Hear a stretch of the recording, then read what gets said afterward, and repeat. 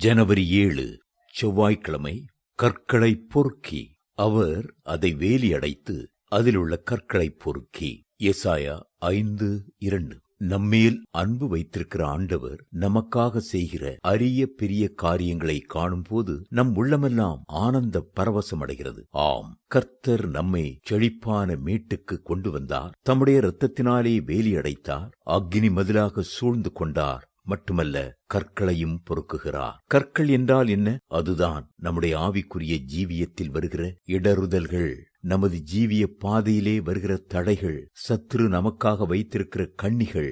ஆனால் உன் பாதம் கல்லில் இடராதபடிக்கு என்னுடைய கைகளில் உன்னை ஏந்திக் கொள்வேன் என்பதே கர்த்தருடைய வாக்குத்தத்தம். சாத்தான் கொண்டு வருகிற எல்லா இடறுதலுக்கும், உங்கள் கால்களுக்கு வைக்கப்பட்டிருக்கிற சகல கண்ணிகளுக்கும் விலக்கி பாதுகாக்க நம் ஆண்டவர் வல்லவராயிருக்கிறார்.